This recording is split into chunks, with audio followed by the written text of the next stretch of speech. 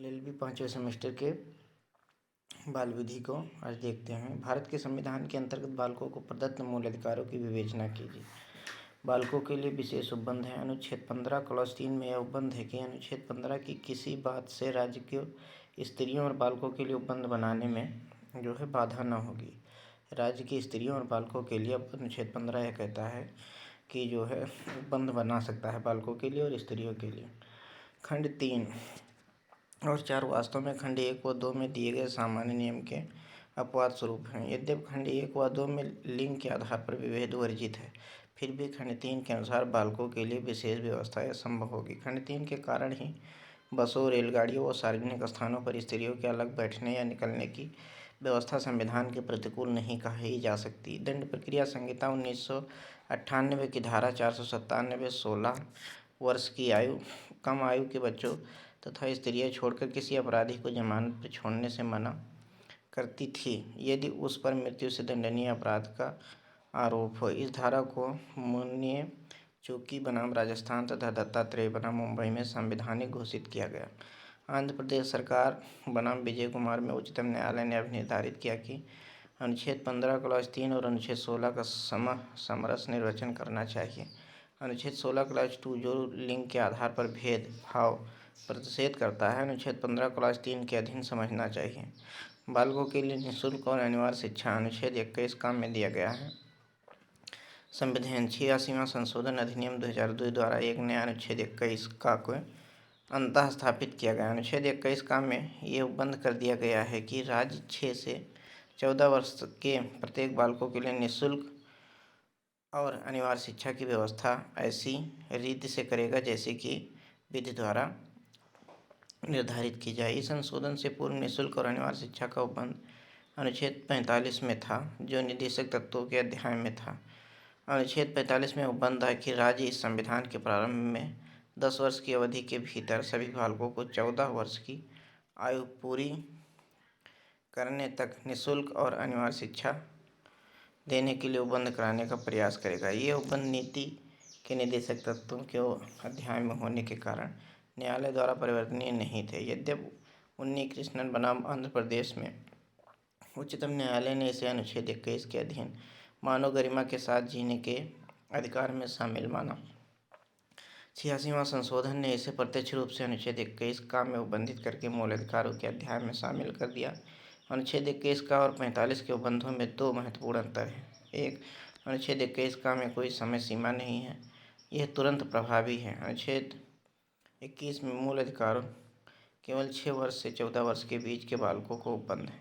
6 वर्ष से कम के बालकों के लिए अब अनुच्छेद 45 में उपबंध कर दिया गया है। इसके अतिरिक्त अनुच्छेद 51 का में खंड 5 जोड़कर माँ बाप या संरक्षक का मूल कर्तव्य कर दिया गया है कि ये 6 वर्ष से 14 वर्ष के बालकों को शिक्षा का अवसर दें। शोषण के विरुद्ध अधिकार अनुच्छेद 23 और 24 में जैसा कि जानते हैं दिया गया है। अनुच्छेद 23 और 24 द्वारा सभी व्यक्तियों को चाहे वह नागरिक हों या गैर नागरिक शोषण के विरुद्ध अधिकार देते हैं। अनुच्छेद 23 में मानव के दुर्व्यापार, ट्रैफिक इन ह्यूमन बींग्स और बलात्कार श्रम फोर्स लेबर का प्रतिषेध किया गया है।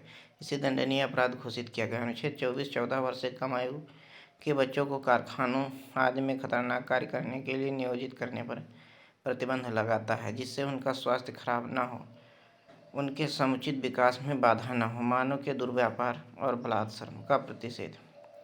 गुलामी प्रथा के तहत मनुष्यों को किसी अन्य संपत्ति या पालतू पशुओं की तरह खरीदा बेचा जाता था। गुलामी प्रथा किसी न किसी रूप में अधिकांश देशों में प्रचलित थी। आदमियों को मजदूरी और औरतों को मजदूरी व वेश्यावृत्ति के लिए खरीदा व बेचा जाता था। इस प्रकार की स्थिति जनतांत्रिक व्यवस्था में प्रतिकूल थी। इस परिप्रेक्ष्य में अनुच्छेद 23 में निम्नलिखित उपबंध किए गए हैं।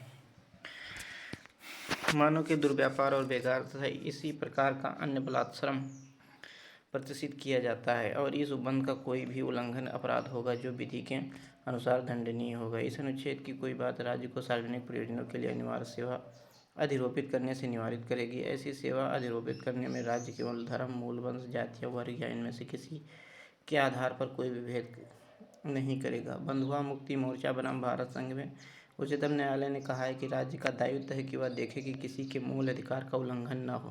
विशेषतः यह दायित्व तो उनके प्रति है जो समाज के कमजोर वर्ग के सदस्य हैं और जो शोषण करने वाले सबल वर्ग के विरुद्ध कानूनी लड़ाई नहीं लड़ सकते। नीरजा चौधरी बनाम मध्य प्रदेश में तो उच्चतम न्यायालय ने यहाँ तक कहा कि बंधुआ मजदूरों को पहचानना और उनको मुक्ति कराना ही पर्याप्त नहीं है, उनका उचित ढंग से पुनर्वास भी आवश्यक है, अन्यथा गरीबी और व्यवस्था के कारण वे फिर गुलाम बन जाएंगे। राज्य द्वारा अनिवार्य सेवा। अनुच्छेद 23 के खंड 2 में उपबंध है कि अनुच्छेद में किसी बात के होते हुए भी राज्य अनिवार्य सेवा के लिए प्रावधान कर सकता है, परंतु अनिवार्य सेवा लागू करने में राज्य धर्म, वंश, जाति या वर्ग के आधार पर विभेद नहीं करेगा। यह आवश्यक नहीं है कि राज्य अनिवार्य सेवा के लिए पैसा दे। कम उम्र के बच्चों को कारखानों आदि में नौकर रखने पर प्रतिबंध है। अनुच्छेद 24 में यह प्रतिबंध है कि 14 वर्ष से कम आयु के किसी बालक को किसी कारखाने या खान या किसी संकटमय कार्य के लिए नियोजित नहीं किया जाएगा। इस अनुच्छेद का उद्देश्य बच्चों के स्वास्थ्य की रक्षा करना है, जिससे उन्हें आर्थिक दबाव के कारण संकटमय कार्यों में नियोजित किए जा सकें। अनुच्छेद 39 अंगा में यह निर्देशित सिद्धांत है कि राज्य अपनी नीति का इस प्रकार संचालन करेगा कि सुनिश्चित रूप से बालकों की सुकुमार अवस्था का दुरुपयोग न हो और आर्थिक आवश्यकता से विवश होकर ऐसे रोजगारों में न जाना पड़े जो उनकी आयु या शक्ति के अनुकूल न हो। अनुच्छेद 39 में भी यह निर्देश है कि बालकों को स्वतंत्र और गरिमामय वातावरण में स्वस्थ विकास के अवसर और सुविधाएं दी जाएं और बालकों और अल्पवय व्यक्तियों की शोषण से रक्षा की जाए।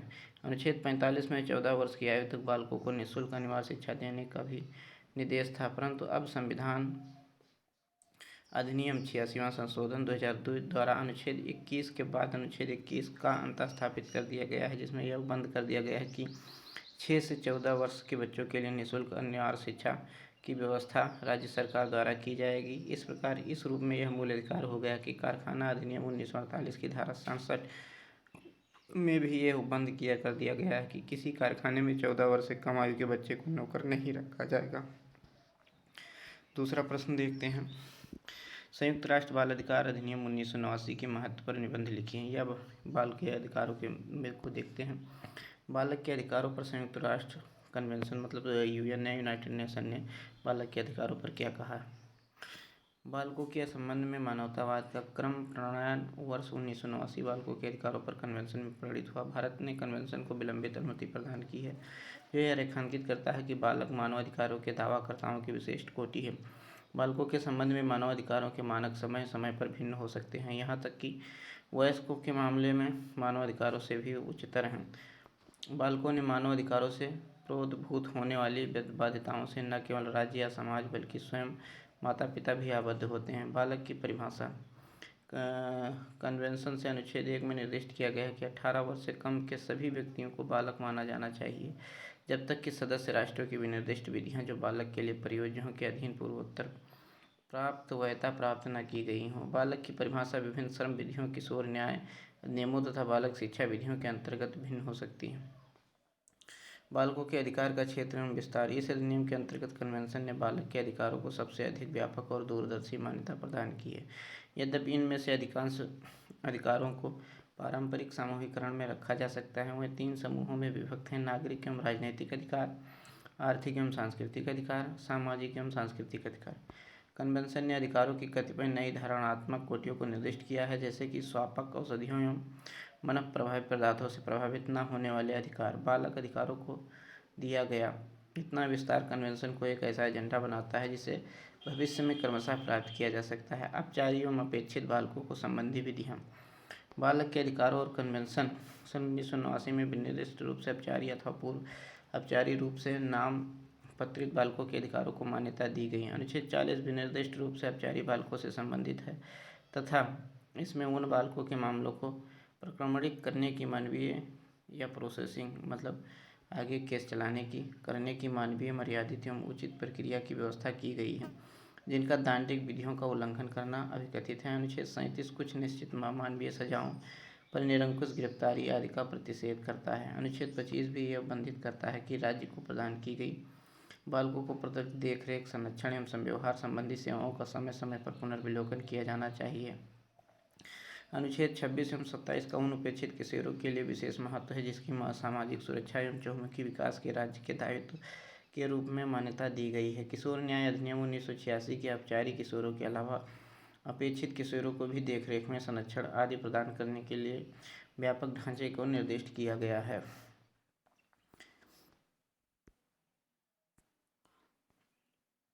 एक हिंदू अवयस्क के प्राकृतिक संरक्षक से आप क्या समझते हैं? प्राकृतिक संरक्षक के अधिकारों की विवेचना कीजिए। हिंदू अवयस्कता एवं संरक्षण अधिनियम 1956।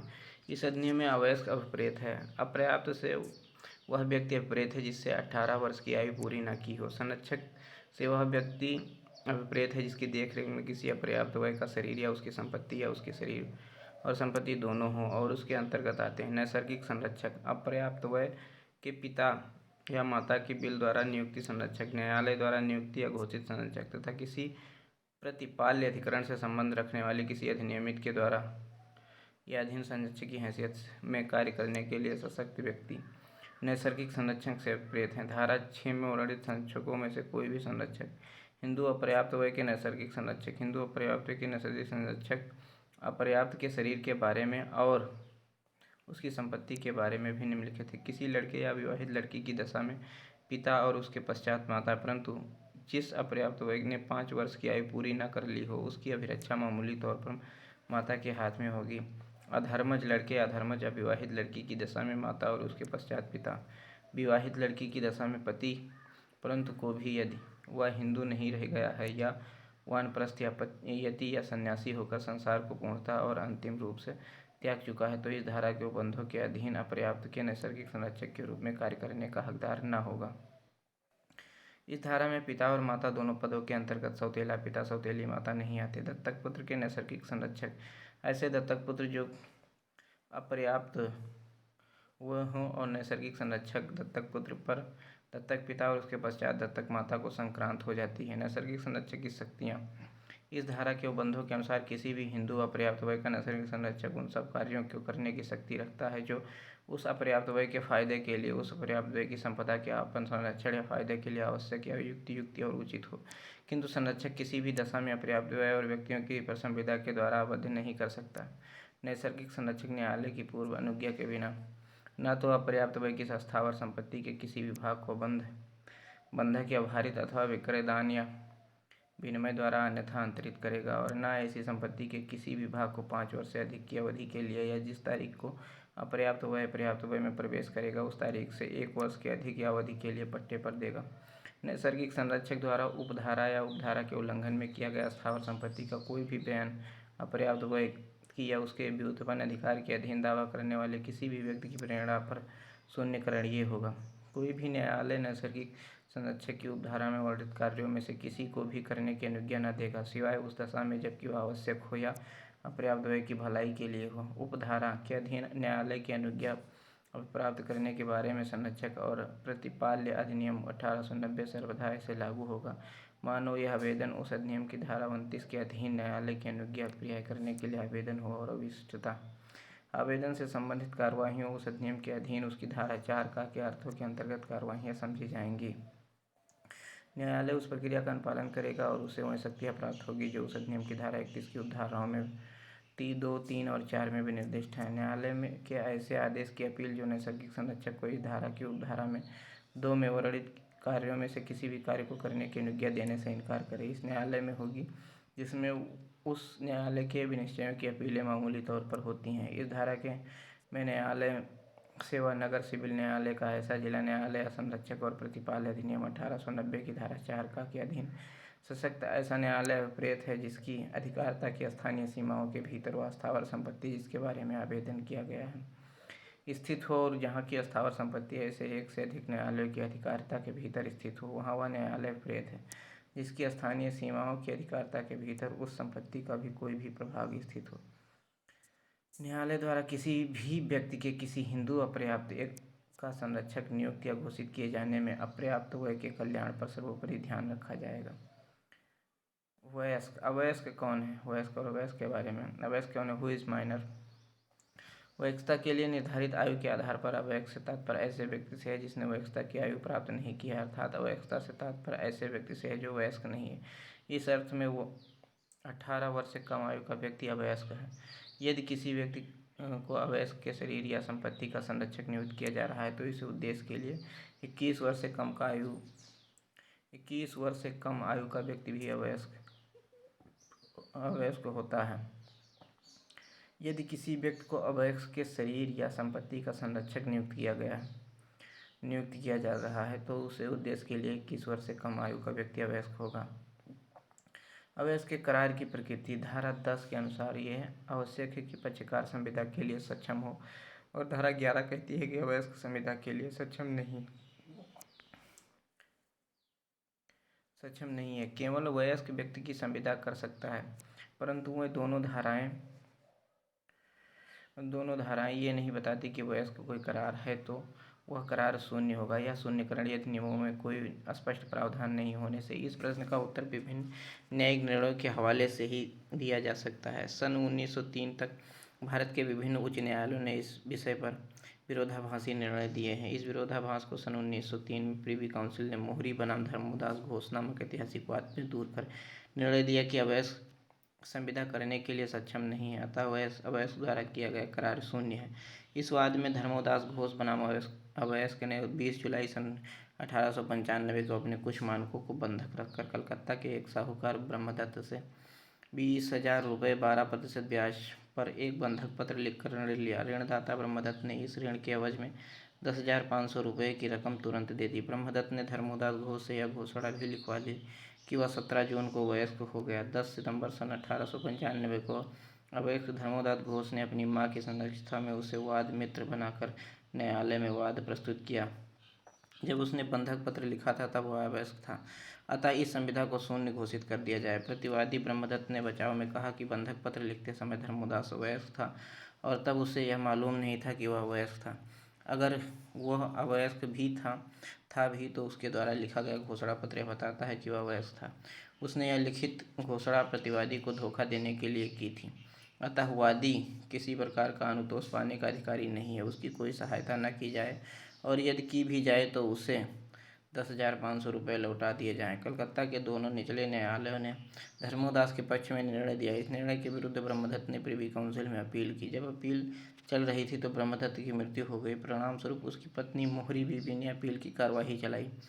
प्रिवी काउंसिल ने निर्णय दिया कि अवयस्क के साथ किया गया करार व्यर्थहीन नहीं, अतः यह करार संविदा नहीं है। इसलिए न्यायालय द्वारा करार परिवर्तनीय नहीं होने से बंधक शून्य था और ऋण की जो रकम दी गई थी उसे भी वापस करने के लिए धर्मोदास घोष बाध्य नहीं है। प्रिवी काउंसिल का एक अन्य वाद सबरंजान बनाम फखरुद्दीन मोहम्मद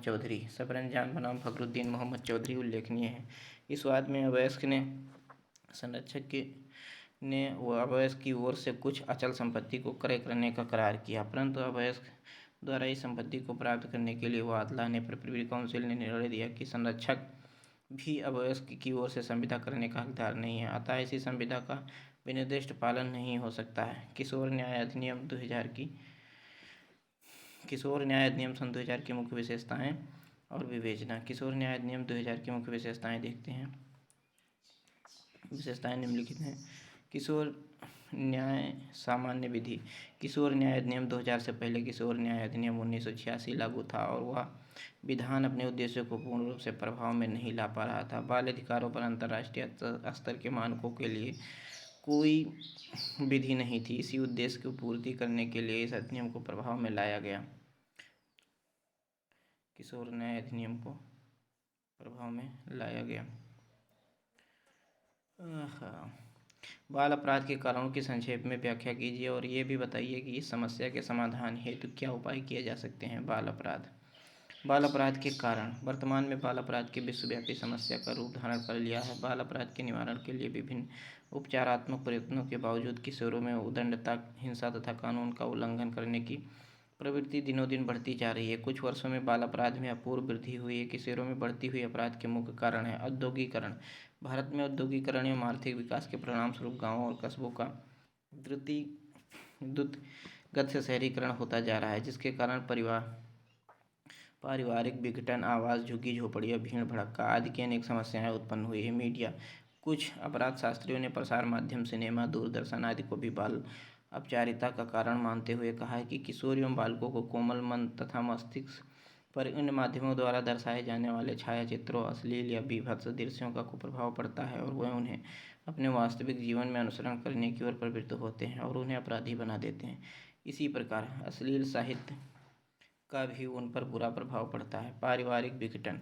औद्योगिकरण तथा शहरीकरण के कारण संयुक्त परिवारों का तेजी से विघटन हुआ है तथा उद्योग, नौकरी या धंधे के निमित्त परिवार के सदस्य इधर उधर बिखर गए हैं। बच्चों पर इसका प्रतिकूल प्रभाव पड़ा है। वर्तमान वैज्ञानिक युग के जीवन में प्रत्येक व्यक्ति इतना अधिक व्यस्त है कि उसे अपने बच्चों पर उचित ध्यान देने के लिए भी समय नहीं मिल पाता है। वैवाहिक संबंधों में शिथिलता। वर्तमान समय में तलाक और वैवाहिक झगड़ों की संख्या में अत्यधिक वृद्धि हुई, जिसके कारण पारिवारिक समेकता छिन्न भिन्न सी हो गई है। महिलाओं में पुरुषों के साथ समानता की भावना प्रबल हो जाने के कारण परिवार पर से कर्ता पुरुष का नियंत्रण समाप्त प्राय होता जा रहा है। जैविक तथा शारीरिक कारण।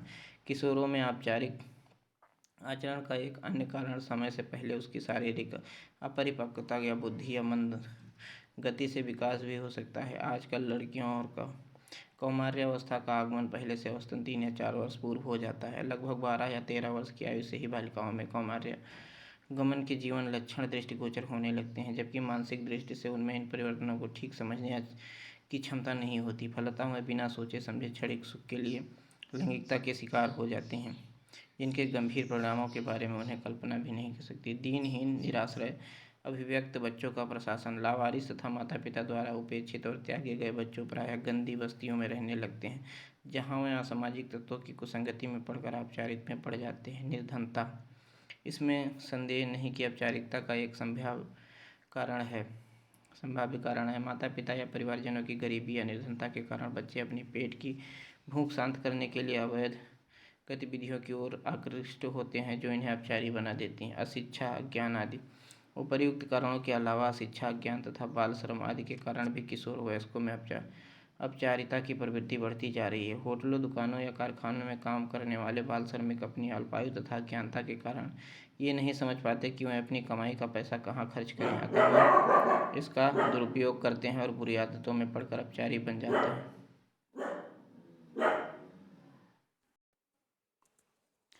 बाल अपराध के समाधान हेतु उपाय। बाल अपराध के समाधान हेतु उपाय आगे देखते हैं।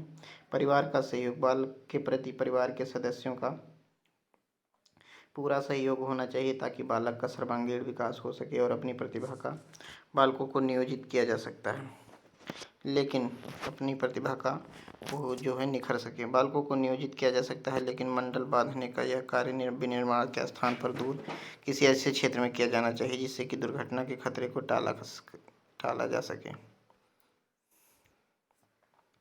न्यायालय ने इस तथ्य का अवलोकन किया है कि बालकों के कोमल हाथ विनिर्माण उत्पाद की छटाई करने तथा उसके मंडल बांधने की प्रक्रिया के अधिक उपयुक्त है। न्यायालय ने यह निर्धारित किया कि उसकी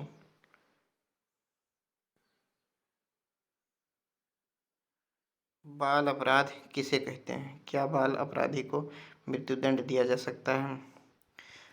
बाल औपचारिकता का अर्थ एवं परिभाषा।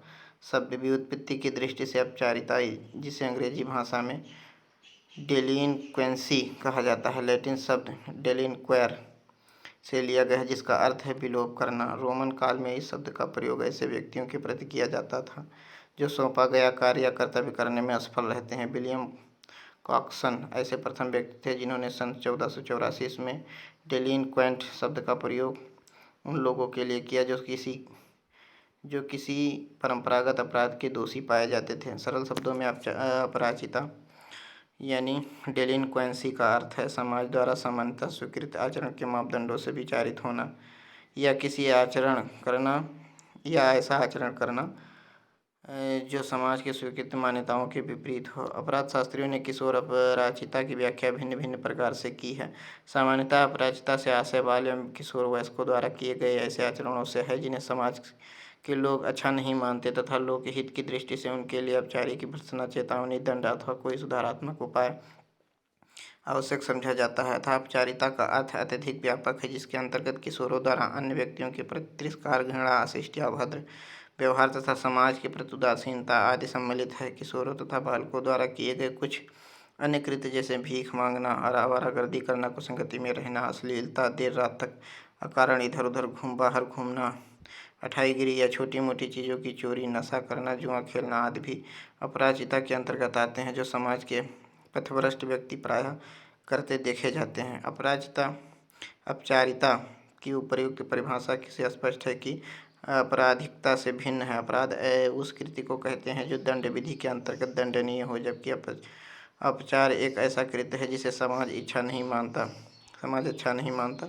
आवश्यक नहीं है कि उसके लिए कानून में दंड का प्रावधान हो। अतः ये कहा जा सकता है कि अपचारिता अपराधी की पूर्ववर्ती सीढ़ी है, जो आगे चलकर अपचारी को अपराधी से अपरिवर्तित कर सकती है। अपचारिता एक ऐसी पदावली है जो बाल या किशोर व्यक्तियों से जुड़ी हुई है, अर्थात यदि वही कृत्य किसी वयस्क व्यक्ति, चाहे वह पुरुष हो या स्त्री, द्वारा किया जाता है तो समाज उसे अधिक गंभीरता से नहीं लेता, परंतु किशोरों द्वारा उसे किया जाने पर समाज अपना क्षोभ या प्रसन्नता प्रकट करता है। अतः स्पष्ट है कि अपचारिता के अंतर्गत ऐसे अनेक कृत्यों का समावेश है जो गैर आपराधिक स्वरूप के हैं और वयस्कों द्वारा किए जाने पर क्षम्य है। किशोर अपचारिता की परिभाषा के विषय में कोहेन ने कहा है कि अपचारिता से आशय उस प्रश्नगत आचरण से है जो नियमों के किसी समवर्ग से संबंधित है। विभिन्न समुदायों के सामाजिक नियमों से भिन्नता होने के कारण ये देश, काल और परिस्थितियों के अनुसार अलग अलग होते हैं। अतः अपचारिता की परिभाषा में निश्चितता का अभाव है। रूथ सोनली केवन के अनुसार विधिक परिभाषा के बावजूद ऐसे बालक को भी अपचारी कहा जाता है जो अपने समाज विरोधी आचरण द्वारा दूसरों की क्षति या पीड़ा पहुंचाता है, या उसके परिवारजन उसे नियंत्रण में रखना कठिन समझते हैं, क्योंकि वह समाज के लिए गंभीर चिंता और समस्या का कारण बन जाता है।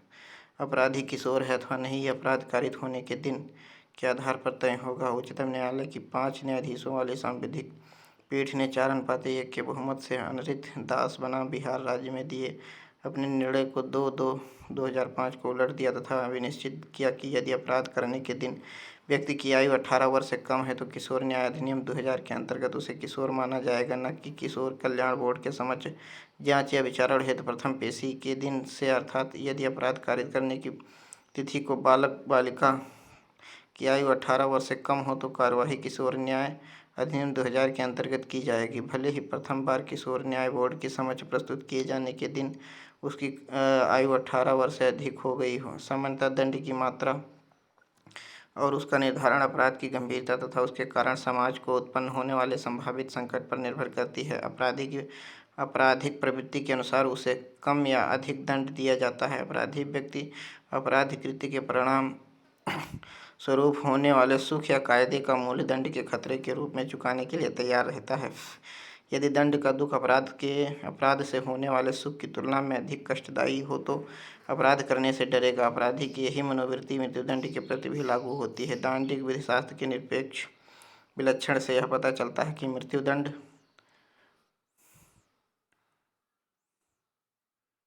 हो सकता है। मातृत्व लाभ से क्या समझते हैं? मातृत्व लाभ अधिनियम 1961 के अंतर्गत मातृत्व लाभ के संबंध में कौन कौन से अधिकार प्रदान किए गए हैं? मातृत्व लाभ, what do you mean by maternity benefit? What right with regard to maternity benefit have been provided under the Maternity Benefit Act 1961? मातृत्व लाभ अधिनियम 1961 महिला कर्मकारों को सामाजिक न्याय प्रदान करने के उद्देश्य से बनाया गया है। इस अधिनियम के उपबंधों का निर्वचन करने में न्यायालय को उदारवादी नियम का पालन करना चाहिए, जिससे कि वह न केवल महिला कर्मकारों का भरण पोषण हो सके बल्कि वह अपनी क्षीण शक्ति को पुनः प्राप्त कर सकें, शिशुओं का पालन पोषण हो सके तथा उनकी पूर्व कार्य क्षमता को बनाए भी रख सकें। कैतिक स्थापनाओं में निषेधित समय के लिए स्त्री का नियोजक या उसे काम कर लिया जाना। इस धारा द्वारा नियोजक को इस बात के लिए प्रतिषेधित किया गया है कि वह अपनी जानकारी में किसी स्त्री को किसी स्थापना में उसकी प्रसूति के दिन या भ्रूणपात के दिन से लेकर आगे के 6 सप्ताह की अवधि तक नियोजित न करे। धारा 6 के उपबंध के अनुसार धारा 6 के उपबंधों को बिना प्रतिकूल के प्रभावित किए हुए किसी स्त्री को, चाहे वह स्वयं आग्रह करे, उसकी प्रसूति के प्रत्याशित दिन व उस 6 सप्ताह के आरंभ होने के दिन के 1 मास पूर्व से निम्नलिखित कार्यों में नहीं लगाया जाएगा, और साथ ही वह धारा 6 के अंतर्गत ऐसे 6 सप्ताह की अवधि में भी उन कार्यों पर नहीं लगाई जाएगी जिससे कि गर्भिणी स्त्री की अनुपस्थिति को छुट्टी का लाभ दिया गया है। कोई ऐसा कार्य जो दुष्कर हो, कोई ऐसा कार्य जिसमें कई घंटों तक खड़े रहने की आवश्यकता हो, कोई ऐसा कार्य जो किसी भी प्रकार से उसकी गर्भावस्था को प्रभावित करता हो या उसके भ्रूण के सामान्य विकास को रोकता हो या जिसके भ्रूणपात होने की संभावना हो या उसके स्वास्थ्य को अन्यथा रूप में को प्रभावित करता हो। मातृत्व लाभ में भुगतान। प्रत्येक स्त्री को मातृत्व लाभ का हक प्राप्त होगा, जिसका उसका नियोजन उसे यह लाभ देने के लिए बाध्य होगा। ये लाभ किसी स्त्री कर्मकार को प्रसूति होने से तुरंत 6 सप्ताह की अवधि तक उसकी औसत मजदूरी की राशि के बराबर दिया जाएगा, जिस अवधि में उसने मातृत्व लाभ के लिए अपने आप को अनुपस्थित रखा है। ये औसत 1 रुपया प्रतिदिन के हिसाब से गिना जाएगा, किंतु इन दोनों में जो भी धनराशि अधिक होगी वह उसे देय मानी जाएगी। अतः मातृत्व लाभ के दावे के लिए 160 दिनों की अर्हता अवधि एक पूर्ववर्ती शर्तों के रूप में आवश्यक नहीं होगी। कुछ दशाओं में मातृत्व लाभ संदाय का चालू रखा जाना। प्रत्येक स्त्री जो इस अधिनियम के अंतर्गत मातृत्व लाभ के अधिकारी हैं, कर्मचारी राज्य बीमा अधिनियम 1948 के ऐसे कारखानों अन्य संस्थाओं जिसमें वह नियोजित है में परिवर्तन के बावजूद ऐसे लाभ के पाने की अधिकारिणी बनी रहेगी जब तक कि वह धारा 50 के अंतर्गत मातृत्व लाभ पाने के लिए योग्य नहीं हो जाती है। राम बहादुर ठाकुर बनाम चीफ इंस्पेक्टर ऑफ प्लांटेशन के बाद में स्त्री कर्मकार के वर्ष में 157 पूरे दिन तक 4 आधे दिन काम करी थी, तो न्यायालय ने स्पष्ट किया कि उसकी गणना 161 दिन होगी, अर्थात 4 आधे दिन को 4 पूरे दिन को बराबर जोड़ा जाएगा। कतिपय दशाओं में मातृत्व लाभ का संदाय। ऐसी स्त्री जो किसी कारखाना या अन्य स्थापना में उसकी कर्मचारी राज्य बीमा अधिनियम 1948 के उपबंध लागू होते हैं नियोजित हैं, जिसकी 1 माह की मजदूरी यानी अतिकल काम के लिए परिश्रमिक को छोड़कर इस अधिनियम की धारा 2 के खंड 9 के उपखंड में विनिर्दिष्ट राशि के अधिक होती है, जो धारा 5 की उपधारा 2 में निर्दिष्ट शर्तों को पूरा करती हैं। इस अधिनियम के अंतर्गत मातृत्व लाभ पाने की अधिकारिणी होगी। प्रसूति पर सुविधा का दावा और उसकी अदायगी की सूचना। कोई स्त्री जो एक संस्था में नियोजित है और उसी अधिनियम के अधीन मातृत्व लाभ प्राप्त करने की हकदार है और अपने नियोजक को विहित प्रारूप में नोटिस दे सकती है। नोटिस में उल्लिखित होना चाहिए कि इस अधिनियम के अधीन देय मातृत्व लाभ की धनराशि या अन्य कोई देय धनराशि उसे प्रदान की जाए या उस व्यक्ति को प्रदान की जाए जिसे वह नोटिस में नामांकित करती है। एक गर्भिणी स्त्री के मामले में है नोटिस में उस तिथि का उल्लेख किया जाना जिस तिथि से मातृत्व लाभ के लिए के स्त्री कर्मकार अपने काम में अनुपस्थित रहेगी। स्त्री की मृत्यु की दशा में मातृत्व लाभ का भुगतान। यदि मातृत्व लाभ ही इस अधिनियम के अंतर्गत देय किसी अन्य धनराशि के लिए हकदार स्त्री उस प्रकार की मातृत्व लाभ या धनराशि प्राप्त करने के पहले ही मर जाती है अथवा जहाँ की वह नियोजक या अधिनियम की धारा 5(3) के परंतु के अधीन मातृत्व लाभ का भुगतान करने के लिए दायित्वाधीन है, वहाँ वह नियोजन ऐसे लाभ या धनराशि की अदायगी उस स्त्री द्वारा धारा 6 के अंतर्गत दी गई विनिर्दिष्ट व्यक्ति को करेगा। परंतु स्त्री यदि इस प्रकार के किसी व्यक्ति को नामांकित नहीं करती है तो मातृत्व लाभ या किसी अन्य प्रकार का लाभ उसी सभी के विधिक प्रतिनिधित्व को दी जाएगी। स्त्री की अनुपस्थिति या गर्भावस्था की दशा में बर्खास्त किया जाना। यदि कोई स्त्री इस अधिनियम के उपबंधों के अध्ययन काम से अनुपस्थित हो जाती है तो उस अवधि के नियोजक के लिए वह विधि विरुद्ध होगा कि उस अनुपस्थिति के कारण उस स्त्री को काम से बर्खास्त कर दे अथवा उसे कार्य से पृथक करने या पदच्युत किए जाने की नोटिस उस निधि को दे, जबकि वह नोटिस अवधि या अनुपस्थिति की अवधि की बीत जाए या उस नोटिस का उसकी कार्य सेवा के दशाओं पर कोई प्रतिकूल प्रभाव पड़े। मजदूरी में कटौती। किसी भी स्त्री के सामान्य एवं दैनिक मजदूरी से जो मातृत्व लाभ की हकदार है केवल निम्नलिखित कारणों से नहीं की जा सकती है। इस अधिनियम की धारा 4(3) में अंतर्गत दिए गए कार्यों की प्रकृति के कारण जो उसे सौंपा गया है। धारा 11 में दिए गए विश्राम की अवधि के कारण। निरीक्षकों की नियुक्ति। समुचित सरकारी गजट में प्रकाशन के माध्यम से ऐसे निरीक्षकों की नियुक्ति कर सकेगी जिन्हें वह उचित समझे तथा उसके कार्य क्षेत्र में सीमाओं का भी निर्धारण कर सकती है जिसके अंतर्गत इस अधिनियम के अंतर्गत उन्हें कार्य करना है। निरीक्षक की शक्तियाँ एवं मातृत्व लाभ। धारा 16 के अंतर्गत प्रावधानित है कि निरीक्षक लोक सेवक होंगे। धारा 17 के अंतर्गत निरीक्षक की शक्तियों का वर्णन है। नियोजित स्त्रियों को मातृत्व लाभ के अपवर्तन की सुविधा भी दी गई है। सद्भाव में किए गए कार्यवाहियों की छूट। धारा 24 के अनुसार किसी भी व्यक्ति के विरुद्ध कोई वाद अभियोजन या विधिक कार्यवाही उसके किसी भी कार्य के प्रति संस्थित नहीं किया जाएगा जिसे वह सद्भावना के अंतर्गत इस अधिनियम के प्रावधानों अथवा उसके अंतर्गत बनाए किसी नियम के अग्रसरण में किया हो। केंद्र सरकार का निर्देश जारी करने का अधिकार। धारा 25 के अनुसार केंद्र सरकार राज्य सरकार को इस अधिनियम के प्रावधानों को निष्पादित करने के लिए जैसा उचित समझे निर्देश जारी कर सकेगी। इस सरकार को उन निर्देशों का पालन करना होगा। उपयुक्त प्रावधान से स्पष्ट है कि प्रसूति प्रसुविधा से संबंधित व्यापक तथा ठोस नियम बनाए गए हैं। यदि उसका उचित क्रियान्वयन हुआ तो नियोजित स्त्रियों को काफ़ी लाभ पहुंच सकता है। हिंदू दत्तक ग्रहण तथा पोषण अधिनियम 1956 के अंतर्गत हिंदू दत्तक ग्रहण की वैध अर्हताएँ क्या हैं, व्याख्या कीजिए। दत्तक ग्रहण का अर्थ। दत्तक ग्रहण का अर्थ होता है कि किसी दूसरे के बच्चे को अपना बच्चा बना लेना अर्थात निसंतान व्यक्ति का संतान वाला बन जाना। मनु के अनुसार वह पुत्र दत्तक पुत्र कहा जाता है जिसे माता पिता द्वारा किसी पुत्रहीन ऐसे व्यक्ति को दे दिया गया हो जो उसी जाति का होने के साथ जल छिड़क कर स्नेह के साथ दिया गया हो। दत्तक ग्रहण कौन कर सकता है? प्राचीन विधि। निसंतान स्वस्थ चित्त वयस्क व्यक्ति को अपने पुत्र दत्तक गोद ले सकता है। पत्नी को निसंतान स्वस्थ चित्त वयस्क व्यक्ति को केवल दत्तक पुत्र गोद ले सकता है। पत्नी को पति के जीवन काल में गोद लेने का अधिकार नहीं था। पत्नी पति की अनुमति से और पति की ओर से गोद ले सकती थी। स्त्रियों को स्वतंत्र रूप से दत्तक ग्रहण का कोई अधिकार नहीं था। जैसा कि वशिष्ठ का कथन है कि कोई भी स्त्री किसी पुत्र को पति की सहमति के बिना न तो दत्तक ले सकती थी और न ही दे सकती थी। वर्तमान विधि। हिंदू दत्तक ग्रहण तथा भरण पोषण अधिनियम 1956 की धारा 6 ऐसी 4 अनिवार्य शर्तों का उल्लेख करती हैं जिनका पालन न करने पर दत्तक ग्रहण शून्य होता है। ये निम्नलिखित है। दत्तक लेने की समर्थता। जो व्यक्ति दत्तक ग्रहण कर रहा है उसके लिए दत्तक ग्रहण करने की विधिक समर्थता एवं अधिकार होना चाहिए। दत्तक लिए जाने वाले की समर्थता। धारा 10 जो व्यक्ति अपनी संतान दत्तक दे रहा हो उसे दत्तक लेने में समर्थ होना चाहिए। दत्तक देने वाले की समर्थता। धारा 9 जिसे दत्तक में लिया जा रहा है उसे दत्तक लेने योग्य होना चाहिए। भारत में बाल यौन अपराधों के बढ़ने के प्रमुख कारणों की व्याख्या कीजिए। भारत में बाल यौन अपराधों के बढ़ने के प्रमुख कारण। वर्तमान समय में बाल यौन अपराध ने एक विश्वव्यापी समस्या का रूप धारण कर लिया है। बाल यौन अपराध के निवारण हेतु विभिन्न उपचारात्मक प्रयत्नों के बावजूद बालकों में उद्दंडता, हिंसा तथा कानून का उल्लंघन करने की प्रवृत्ति दिनों दिन बढ़ती प्रतीत हो रही है। ये बाल यौन अपराधों के मुख्य कारण निम्नलिखित। नंबर 1 पारिवारिक विघटन।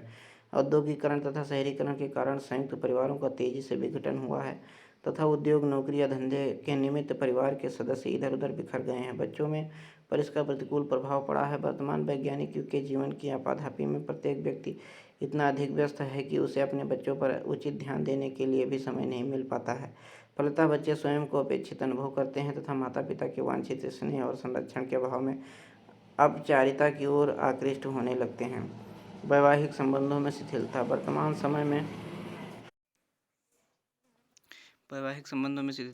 समय में तलाक और वैवाहिक झगड़ों की संख्या में अत्यधिक वृद्धि हुई है, जिसके कारण पारिवारिक समयकता छिन्न भिन्न सी हो गई है। महिलाओं में पुरुष के साथ समानता की भावना प्रबल हो जाने के कारण परिवार पर से कर्ता पुरुष का नियंत्रण समाप्तप्राय होता जा रहा है। माता पिता और अपने बच्चों के साथ भेदभावपूर्ण व्यवहार का उनकी मानसिकता का गहरा प्रभाव पड़ता है और वह स्वयं को उपेक्षित समझने लगते हैं। ये उपेक्षित बालक स्वयं पर नियंत्रण न रख सकने के कारण प्रायः भटक जाते हैं, जो औपचारिकता के लिए अनुकूल वातावरण उत्पन्न कर देता है। कभी कभी पति पत्नी में आपसी कलह, दुर्व्यवहार, मारपीट, गाली गलौज आदि को देखकर अबोध बालक असमंजस में पड़ जाते हैं और वो ये नहीं समझ पाते कि उनके माता पिता में से किसका साथ दें। ये स्थिति भी औपचारिकता के लिए अनुकूल वातावरण तैयार कर देती है। आधुनिक फैशन।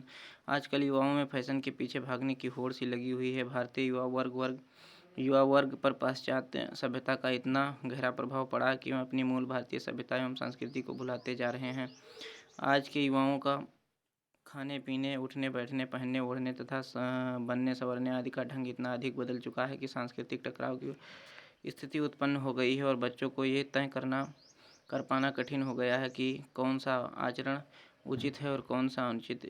चलचित्र, दूरदर्शन, रेडियो, डिस्को, कैबरे आदि ने भारतीय सभ्यता को पूर्णतः विकृत कर दिया है और बालकों तथा किशोरों की प्रवृत्ति हिंसा, मारकाट, नशाखोरी, लैंगिकता आदि की ओर बढ़ती जा रही है। आजकल की अधिकांश फिल्में अपराध प्रधान या वासना प्रधान होने के कारण बच्चों की मानसिकता को कलुषित करती हैं, जो आगे चलकर उन्हें अपचारी बनने के लिए कारणीभूत होती हैं। शारीरिक परिवर्तन। किशोरों में अपचारिक आचरण का एक अन्य कारण समय से पहले उसकी शारीरिक अपरिपक्वता या बुद्धि का मंद गति से विकास भी हो सकता है। आजकल लड़कियों में कौमार्यावस्था का आगमन पहले से औसत 3-4 वर्ष पूर्व हो जाता है। लगभग 12 से 13 वर्ष की आयु से ही बालिकाओं में कौमार्यावस्था के जैविक लक्षण दृष्टिकोण होने लगते हैं, जबकि मानसिक दृष्टि से उनमें इन परिवर्तनों को ठीक से समझने की क्षमता नहीं होती।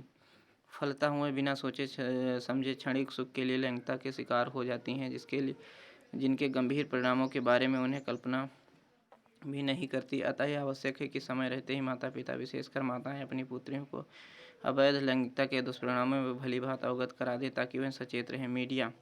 कुछ अपराध शास्त्रियों ने प्रसार माध्यम, सिनेमा, दूरदर्शन आदि को भी बाल अपचारिता का कारण मानते हुए कहा कि किशोर एवं बालकों के कोमल मन तथा मस्तिष्क पर इन माध्यमों द्वारा दर्शाए जाने वाले छायाचित्रों, अश्लील या विभत्स दृश्यों का कुप्रभाव पड़ता है और वह उन्हें अपने वास्तविक जीवन में अनुसरण करने की ओर प्रवृत्ति होते हैं और उन्हें अपराधी बना देते हैं। इसी प्रकार अश्लील साहित्य का भी उन पर बुरा प्रभाव पड़ता है।